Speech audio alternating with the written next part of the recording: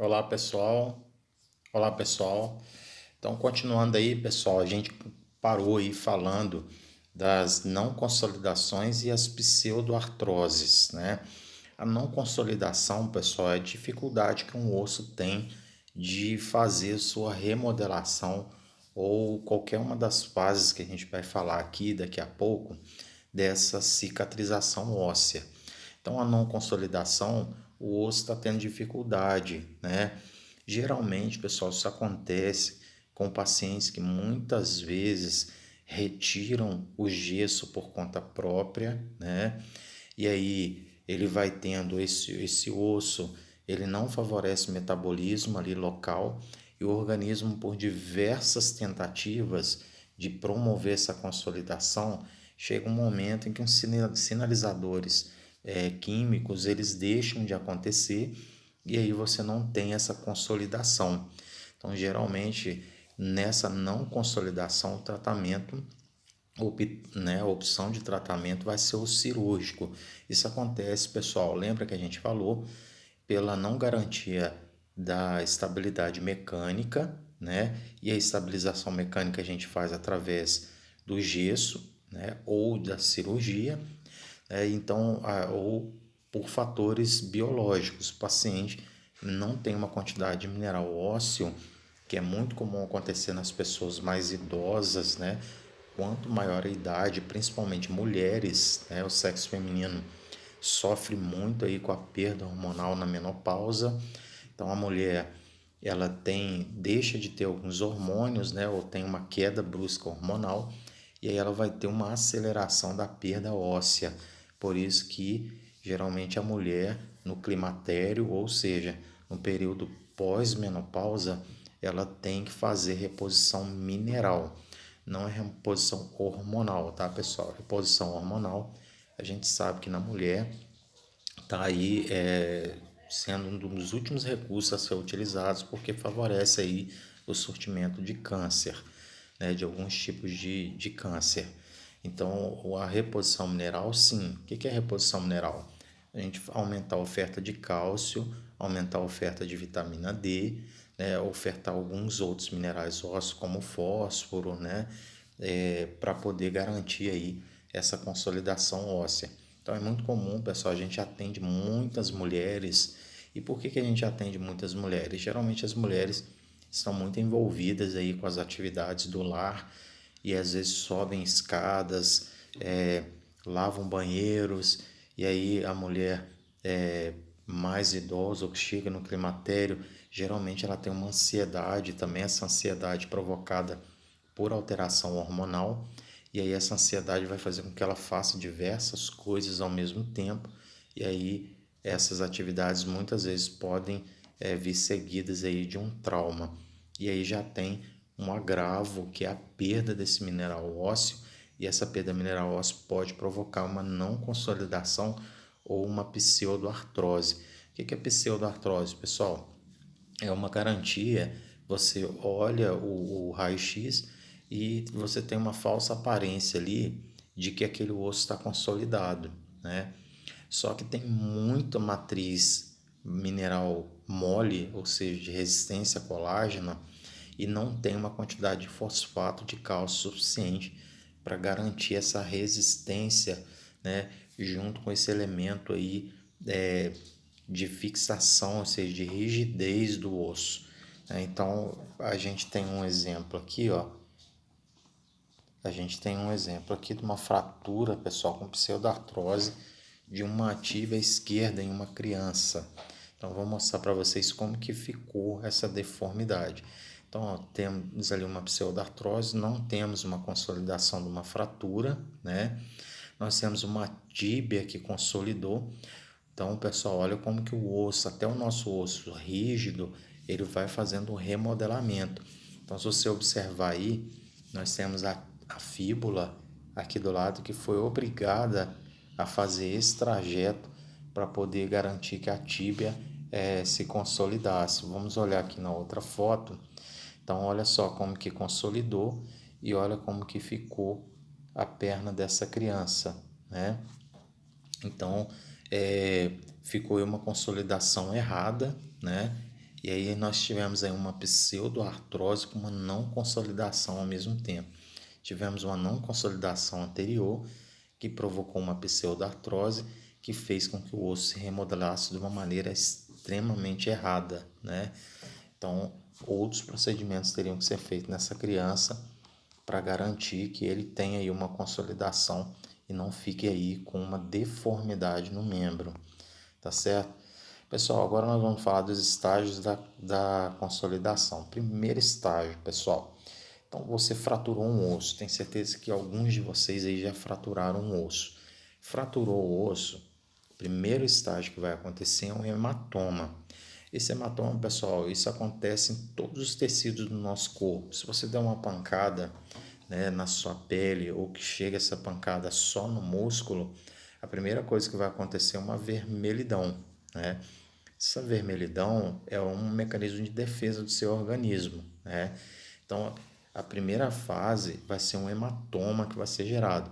Então, essa fase que ocorre logo após o trauma que levou à fratura, então fraturou, você vai ter a primeira fase dela é um hematoma, né? Então, vai ocorrer um grande sangramento lá no local e no foco da fratura que vai ocorrer um acúmulo de células de sangue e de líquido que é o plasma. Então, esse estágio é caracterizado por forte dor e um grande edema no local da fratura. Então, fraturou, pessoal, inchou, né? Pode ter certeza que aquele inchaço ali é uma resposta do seu organismo, junto com uma vermelhidão, para garantir ali o primeiro estágio da consolidação da fratura. Seu organismo vai começar uma luta, uma guerra aí para poder fazer com que o seu osso se recupere aí o mais rápido possível. Então, qual que é a primeira fase, pessoal, da consolidação de uma fratura? O hematoma. Então, você tem ali um hematoma no local e o hematoma ele vai ser caracterizado, tem muita dor, né? E um grande edema no local da fratura. Então, ali no local vai ter acúmulo de células, né? O primeiro deles a chegar são os neutrófilos. E nós temos outros tipos de células, fibroblastos, osteoblastos, osteoclastos, todos chegando ali no local para poder começar o processo de cicatrização óssea. O segundo estágio, pessoal, é a inflamação. Essa fase ela é caracterizada pela proliferação de células inflamatórias, importante na limpeza do foco da fratura. Então, nessa fase haverá angiogênese, que eu falei com vocês, que é uma neoformação capilar, ou seja, formação de novos vasos sanguíneos. Isso vai facilitar a chegada dos fibroblastos. Então, condroblastos, fatores de crescimento tecidual, as interleucinas, as prostaglandinas e as células mesenquimais. Todas essas células que a gente falou para vocês, pessoal, ela é o início da formação da cicatrização, né? Então, nós temos o hematoma para garantir um aporte sanguíneo. Depois, nós vamos ter um estágio inflamatório para garantir a limpeza daquele local. Então, junto com isso, nós temos algumas células e alguns mediadores químicos que vão começar ali o processo anti-inflamatório. Esse processo é muito importante, pessoal. Por quê? Principalmente porque a gente vai ter ali algum sangue coagulado, né? E aí o seu organismo vai garantir essa limpeza daquele local para que a gente comece aí a terceira fase, que é a terceira fase chamada de calo mole. Pessoal, essa fase aí, que é o terceiro estágio do calo mole, ele é popularmente as pessoas dizem que está no estado que o osso colou, né? Ah, o osso já colou.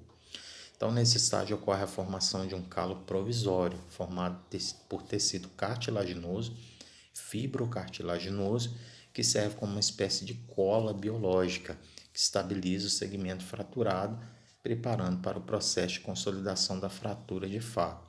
Pessoal, a formação do calo mole não é garantia de que o osso está consolidado, não, né? Então, é muito comum, muitas vezes, a pessoa retirar o gesso, né? Eu já estou me sentindo melhor, vou retirar o gesso. E aí o organismo dela está nessa fase do calo mole. Essa fase, pessoal, é apenas uma fase que o seu organismo colou ali o osso. Isso não é garantia de que o osso está consolidado, não. né? Então, é muito comum os casos de refratura ou início de pseudoartrose, principalmente nessa fase, a fase do calo mole. Dependendo da fratura, pessoal, eu já tive pacientes, por exemplo, que ficou nessa fase do calo mole quase 2 anos, né? Então é uma fase bem crítica, porque a pessoa quer voltar às suas atividades, porém quando a gente olha no raio-x, a gente não vê a presença do periósteo consolidado, e aí o paciente não pode fazer as suas atividades normais, porque existe o risco da refratura.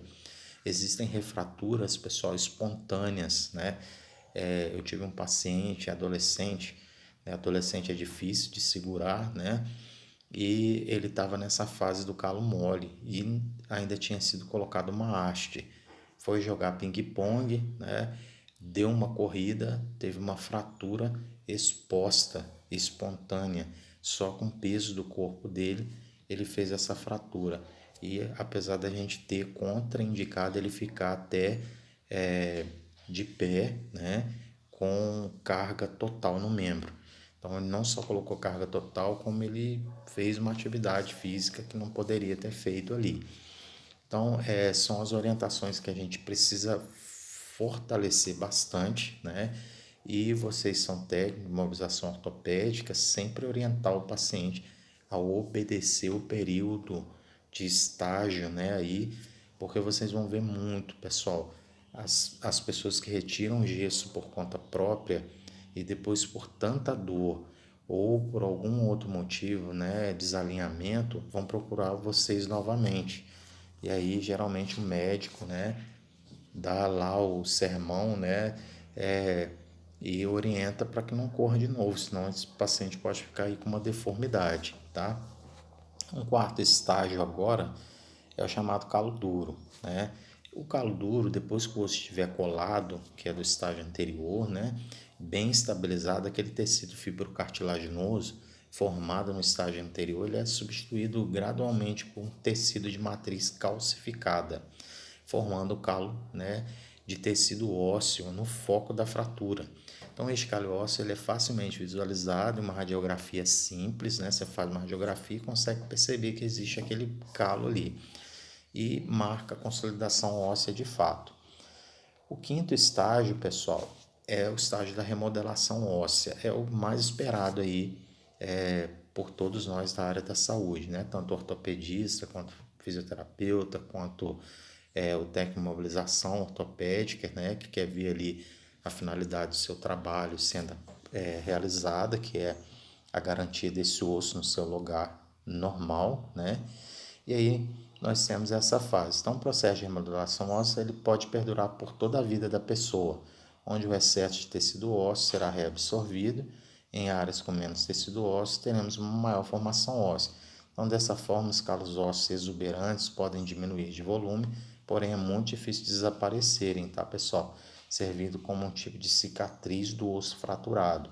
Vou mostrar para vocês aqui, ó. Nós temos um osso normal, né? Então lembra aí, pessoal, que o nosso osso normal, ele tem vasos sanguíneos. Porque esses vasos sanguíneos, a gente sabe que o osso é o grande formador das hemácias. Então, as células sanguíneas são produzidas por nosso osso. Então lembra que nós falamos da primeira fase, do hematoma. Então nós temos aqui, pessoal, uma grande quantidade de sangue, né, no local. Então nós temos aí a garantia aí desse sangue para sinalizar também para o nosso organismo que precisa fazer a sua fase aí, que é a terceira fase, que é a fase do calo mole. Então nós temos no calo mole, pessoal, já o processo da angiogênese acontecendo e nós temos algumas células inflamatórias, prostaglandinas e interleucinas, todos que vão tentar aí fazer a garantia aí desse osso colar. Então a fase do calo mole é a fase que o seu osso está colando, tá, pessoal? E depois nós temos aí a fase do calo duro. A fase do calo duro nós já temos aí uma grande quantidade de células como cálcio, né? O cálcio é o último elemento que vai chegar no local para poder garantir aí esse osso consolidado. A última fase, pessoal, a fase da remodelação óssea. você pode ter na remodelação óssea um osso que nunca mais vai ser o mesmo no que a gente diz no formato.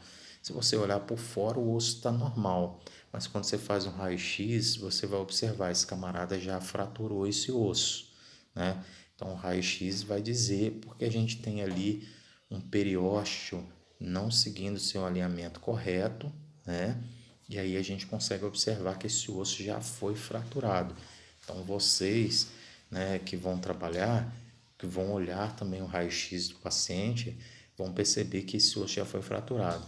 Skatistas, adolescentes, é muito comum fazer várias refraturas, né? Então a gente consegue observar que esse osso já foi fraturado. Pessoal, então até daqui a pouco na nossa terceira parte da nossa aula. Voltem, assistam e anotem aí tudo para que você tenha esse conteúdo bem fixado aí na mente, tá certo? Então até daqui a pouco, pessoal.